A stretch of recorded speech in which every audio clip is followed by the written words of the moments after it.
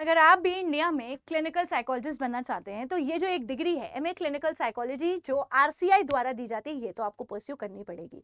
And देखा जाए तो इंडिया के जितने भी टॉप इंस्टीट्यूशंस हैं सबके एडमिशन्स जो हैं अभी चालू हैं। काफ़ी सारों के फॉर्म्स जो है आउट हो चुके हैं, वो भी मैं आपको नोटिफाई करती हूँ। साथ ही साथ में अब टाइम आता है कि मैम अगर आज से भी हम काउंट करें तो 45 डेज कहीं ना कहीं हमारे बचते हैं, क्योंकि मई के एंड में कहीं जाके हमारे एग्जाम्स है। तो किस तरीके से प्रेपरेशन करनी है और क्योंकि सिलेबस भी डिफाइन नहीं है तो पढ़े क्या और कहां कहां से, तो आप बिल्कुल सही वीडियो पे आए हैं। I welcome you all at CVD PG अड्डा। मैं हूं मुस्कान गुप्ता, आपकी साइकोलॉजी मेंटोर। तो भाई बिना किसी देरी के साथ जो है शुरू करते हैं वीडियो को, लेकिन make sure to subscribe the channel क्योंकि यहाँ पे आपको साइकोलॉजी रिलेटेड सारी इंफॉर्मेशन मिलने वाली है। सो भाई जब हम इस डिग्री की बात कर रहे हैं तो देखो सिलेबस कोई भी डिफाइन नहीं है, क्योंकि अभी तक आज से मान के चलिए आप कि 30 इंस्टीट्यूट्स हैं जो हमारे इंडिया में ये वाली डिग्री अभी परस्यू करने का हमें मौका दे रहे हैं विद लिमिटेड 10 सीट्स। ऐसे 8 से 10-12 सीट्स के बीच में हर एक इंस्टीट्यूट में आपको देखने को मिलेगी। कई जगहों पे जैसे गुरुग्राम यूनिवर्सिटी हो गया या फिर आईपी यूनिवर्सिटी हो गया या फिर आपकी एक मुंबई में छत्रपति यूनिवर्सिटी है, उन्होंने अपना सिलेबस डिफाइन किया है। तो मैंने इन सब चीजों को कंबाइन करके एक ऐसा थॉट बनाया कि क्यों ना हम ध्यान दें कि क्या क्या चीजें जो है रिपीट करी जाती है, उसके बारे में हम लोग बात करेंगे। बट सबसे पहले सेम टॉपिक्स जो हैं हर साल रिपीट होते हैं, चाहे वो किसी भी यूनिवर्सिटी का पेपर हो। और सबसे ज्यादा क्योंकि हर एक यूनिवर्सिटी के पेपर के बाद इंटरव्यू भी है। हालांकि निमहांस इस साल नहीं ले रहा है इंटरव्यू, बट काफी सारे इंस्टीट्यूट अभी भी इंटरव्यू ले रहे हैं, तो आपको उस अकॉर्डिंग में प्रिपेयर करना है। तो उसी के लिए क्लिनिकल थेरेपी एंड असेसमेंट जो है आपको सबसे ज्यादा ध्यान देना है। एंड मैं आपको बता दूं कि जब हम असेसमेंट की बात कर रहे हैं तो इसके अंदर आपको इंडियन साइकोलॉजिस्ट, इंडियन टूल्स जो बनाए गए हैं, चाहे वो ऑटिज्म हो, चाहे वो एडीएचडी के लिए हो, या फिर कोई भी ऐसी बैटरी हमारी इंडिया में बनाई गई है, उन सब चीजों के बारे में आपको पता होना जरूरी है काफी ज्यादा। तो आपको अपनी प्रेपरेशन इसी अकॉर्डिंग करते हुए चलना है, बिकॉज ये क्वेश्चंस जो है जरूरी नहीं है कि सिर्फ इंटरव्यू में पूछे जाएंगे, एमसीक्यू की फॉर्म में भी आपके पास आ सकते हैं। तो प्रेपरेशन उसी अकॉर्डिंग करनी है।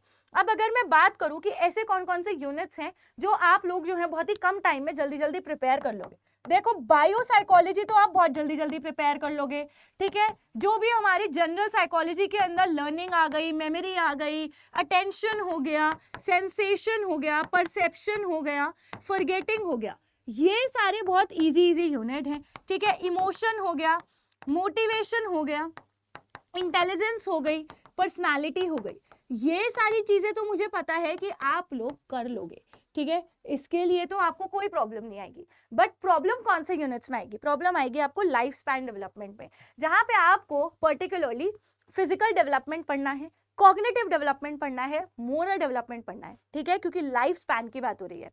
सेकेंड यूनिट जिसमें आपको प्रॉब्लम आएगी वो होगा स्टैटिस्टिक्स। एक होता है जो हमने नॉर्मल स्टैटिस्टिक्स पढ़ा होता है, तो आपको उसको भी बहुत अच्छे तरीके से डिफाइन करना है। सो आपको क्या करना है, शुरू के जो 15 डेज हैं, ठीक है, आज से भी जो आपके 15 डेज रहने वाले हैं वो आप टाइम स्पेंड करोगे इन सारे यूनिट्स को कवर करने में, ठीक है।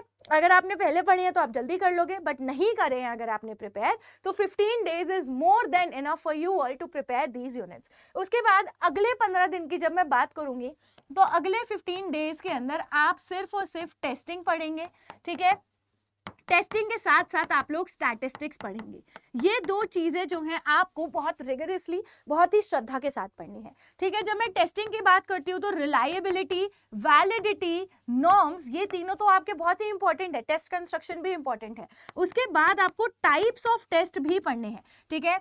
Types of intelligence test, types of neuropsychological test, types of personality test, aptitude test, interest test, ये सब आपको पढ़ने हैं। फिर उसके बाद जितने भी इंडियन अडेप्टेशंस हैं उनको भी आप लोग पढ़ लेंगे, ठीक है। फिर जब हम बात करते हैं स्टैटिस्टिक्स के अंदर, देखो जो नॉर्मल स्टैटिस्टिक्स है, सेंट्रल टेंडेंसी की, डिस्पर्जन की, रिग्रेशन, कोरिलेशन, अनोवा, ये सब तो आप पढ़ोगे। साथ ही साथ आपको पढ़नी है डिस्ट्रीब्यूशन, आपको पढ़ने हैं टाइप्स ऑफ ग्राफ्स वगैरह जो दिए जाते हैं, क्योंकि इसमें से भी डायरेक्ट क्वेश्चंस आपके आते हैं और हम इन पे ना मार्क्स अपने लूज भी नहीं कर सकते हैं, ठीक है, बिल्कुल लूज नहीं कर सकते हैं। तो नेक्स्ट 15 डेज जो है आपको यही चीज फॉलो करनी है। इसमें होगा अपने 30 डेज। अब बचते हैं हमारे लास्ट के 15 डेज। लास्ट के 15 डेज में आप क्या करोगे? देखिए आपकी जो मॉक्स वगैरह की प्रैक्टिस है वो इसी टाइम पे शुरू हो जाएगी। जितने ज्यादा मॉक्स आप लगाएंगे उतना ज्यादा आपके लिए बेहतर है।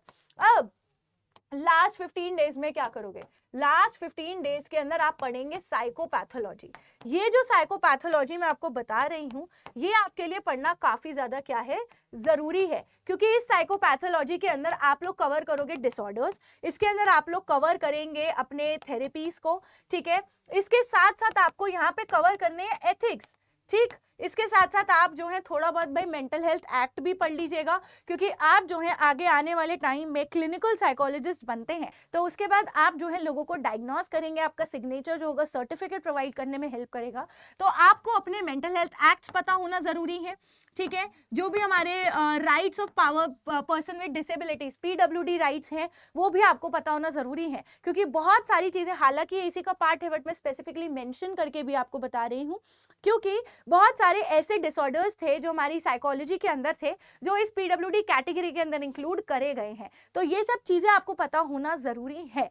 तो अगर आप इस तरीके से प्रेपरेशन करेंगे बहुत ईजी हो जाएगा। लेकिन अब क्योंकि सिलेबस इतना ज्यादा डिफाइंड नहीं है and you still think that ma'am we need preparation, तो उसी के लिए मेरा करियर्स अड्डा की वेबसाइट पे एमए क्लिनिकल साइकोलॉजी का आरसीआई बैच जो है वो लाइव हो चुका है, जिसमें आप लोग क्या कर सकते हैं, जाके अपनी प्रेपरेशन जो है मेरे साथ स्टार्ट कर सकते हैं। तो अगर आप वेबसाइट पे जाएंगे तो आपको यहाँ पे क्या होगा, यहाँ पे हमारा बैच जो है लाइव दिख जाएगा, ठीक है। अभी यहाँ पे ऑफर भी चल रहा है, आपको क्या करना है, जाके मेरा कोड यहाँ पे यूज करना है, ठीक है। यहाँ पे आपको क्या करना है, आपको अपने दिन के 2 से 3 घंटे मुझे बस देने हैं, और उन 2 से 3 घंटों के बाद मैं आपकी प्रेपरेशन इस तरीके से कराऊंगी कि आपको कहीं से कहीं तक कोई प्रॉब्लम नहीं आएगी। अभी ये 4500 का है, आप यहाँ क्लिक करके मेरा कोड यूज करेंगे MG10, जिससे आपके जो प्राइसेस हैं वो यहाँ पे क्या हो जाएंगे, रिड्यूस हो जाएंगे, यहाँ पे प्राइसेस आपके रिड्यूस हो जाएंगे। सो यहाँ पे आपको क्या क्या चीजें मिलने वाली है, जो भी मॉक टेस्ट आप कहाँ से ढूंढेंगे, मॉक टेस्ट इधर ही आपको वो मिलने वाले हैं। साथ ही साथ जितने भी रिकॉर्डेड लेक्चर्स है, ये आपको लाइव क्लासेस और रिकॉर्डिंग दोनों यहाँ पे मिलने वाली है। तो किस चीज का वेट कर रहे हैं, जल्दी से एनरोल कीजिए। उसके अलावा अगर आपकी कोई भी क्वेरीज है तो आप मुझे रीच आउट कर सकते हैं muskan.gupta@ada247.com पे, ठीक है। muskan.gupta@ada247.com. I would be love to help you all, and please start your preparation soon. Keep studying.